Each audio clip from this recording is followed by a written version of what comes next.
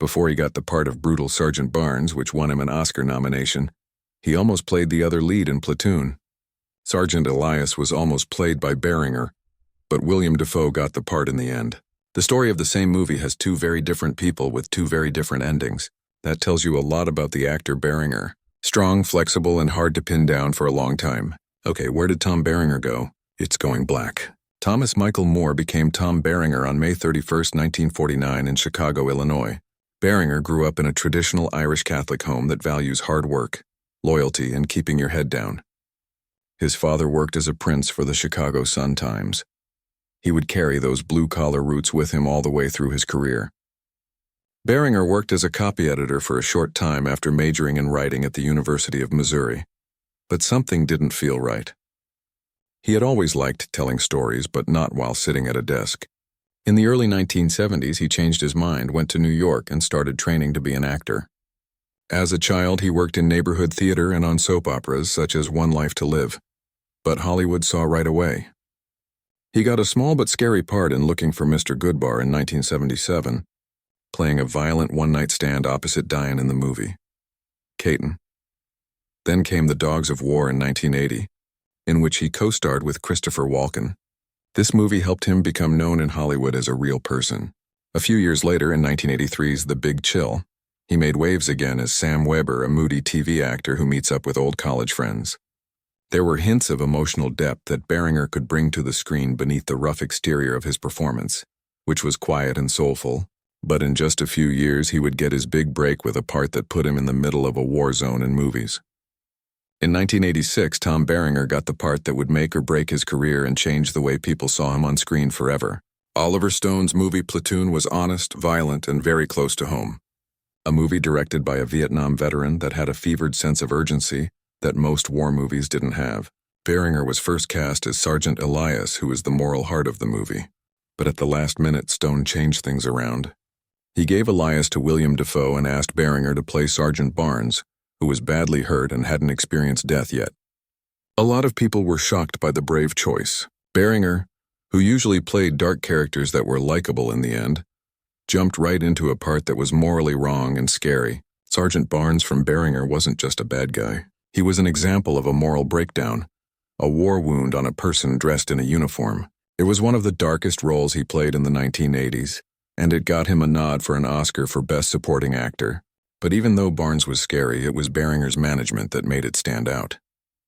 He didn't make it too big. He let the rage and the silence speak for themselves. Berenger had a good time in the late 1980s. The 1988 movie Shoot to Kill starred Sidney Poitier and was a very scary survival story. Deborah Winger played his role as an FBI agent in the 1988 movie Betrayed. Ridley Scott directed the stylish noir-style thriller Someone to Watch Over Me in 1987. It added romantic drama to his list of movies. That movie wasn't a big hit, but it showed a different side of Berenger. Emotional, torn, and morally torn. It's easy to miss, but you should watch it again. Then came the curveball. Tom Berenger did something that no one saw coming after years of intense stories and characters with mixed morals. He let loose. And in Major League 1989, he showed that he could be both serious and funny. Jake Taylor, a washed-up catcher played by Berenger, was brought in to lead a group of misfits who were trying to save the Cleveland Indians. Jake was not only funny, his job was falling apart. His relationship with Renee Rosso was broken up, and he had a bad knee. Thanks. The movie was a hit, and he was the emotional center of the team. People loved the energy, the bad-mouthed friendship, and the likable outsiders. But Berenger kept everything in check by keeping things straight in the middle of all the chaos. He gave the movie its heart. He was nice, easy to get along with, and completely at ease for the first time in a while. The early 1990s saw the start of a wider range of jobs in Major League Baseball. Berenger was more than just the scarred face from Platoon any longer. He was like everyone else, a police officer, a coach, and a father who is torn. People trusted him because he could hold the screen without raising his voice. This was the best part of his career. He had hits, almost hits, and well-reviewed roles that kept him in the Hollywood eye, but there were already signs of cracks. In the early 1990s, Tom Berenger had found his happy place. Men who are tough, quiet, and often have a sense of moral weight behind their eyes are often put in dangerous positions. He wasn't the loudest person in the room. but you thought he could walk through fire without getting scared. In the 1993 movie Sniper, Berenger played Gunnery Sergeant Thomas Beckett, a tough Marine Scout sniper who went on a risky mission through the Panamanian jungle with a new soldier played by Billy Zane. Louis Losa directed the movie. He later made Anaconda, but even though critics didn't love it, action fans really got into it. Sniper was a surprise hit, raking in big bucks at the box office and exploding in fame on VHS and cable. It was gritty, slowly building, and surprisingly thoughtful.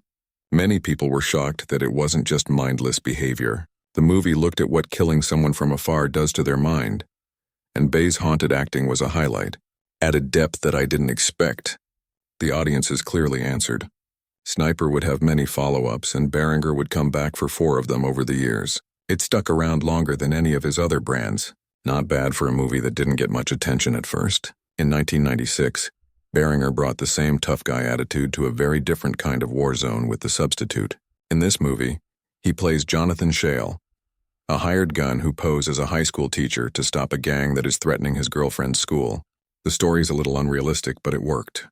In the middle of the 1990s, people were worried about school violence and the decline of cities. This book, written by Berenger, used fists and guns instead of poems to teach these lessons. There were mixed reviews, but people still came. It did okay at the box office, and the movie it quickly became a favorite on home video, especially among people who like revenge tales. It was wild, loud, and blatantly fun, and Berenger sold it with all their might. The Substitute's success proved something that had been building up slowly. Tom Berenger turned into an action hero, but he never really tried to be one. Between those 2 movies and more serious ones like Gettysburg, where he played Confederate General James Longstreet with a lot of reserve, Berenger had made a path that was just for him. He wasn't trying to become famous. One rough show at a time, he was working hard and winning fans. After the decade was over, he was one of the most well-known tough guys in movies. Not the star of a big movie, but a reliable presence. This was the kind of character you always liked seeing in old movies or on worn-out VHS tapes at the video store near you. But when the 2000s came around and action movies started too, as people started to wear more stylish and computer-generated glasses, Berenger's toughness started to seem like a thing of the past.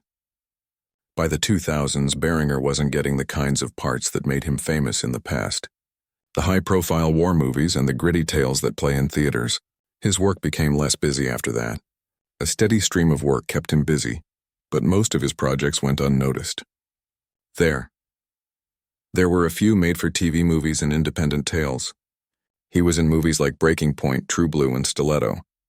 He gave solid performances in low-budget movies that didn't get much attention, but he wasn't phoning it in. Berenger gave parts that might have been forgettable more depth.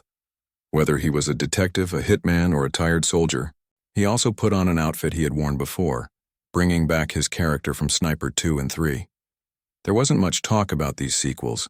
Fans of the first movie liked that he stuck with the part and made it more believable.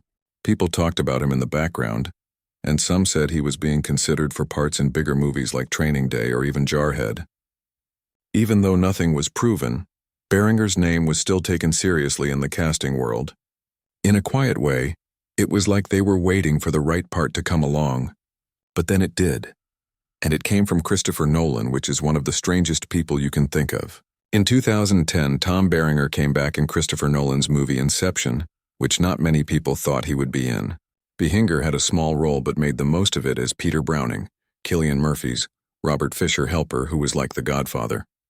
In a movie about changing realities and mental lies, his performance was steady, measured, and surprisingly moving. It was like an emotional anchor in the chaos of the dream world. At the time, critics said that Berenger's appearance was a quiet, "It's a good throwback," and the choice of actor gives depth for older viewers who know him from Platoon or The Big Chill. The AV Club also said it was strange to see Berenger again in a big studio temple. An actor,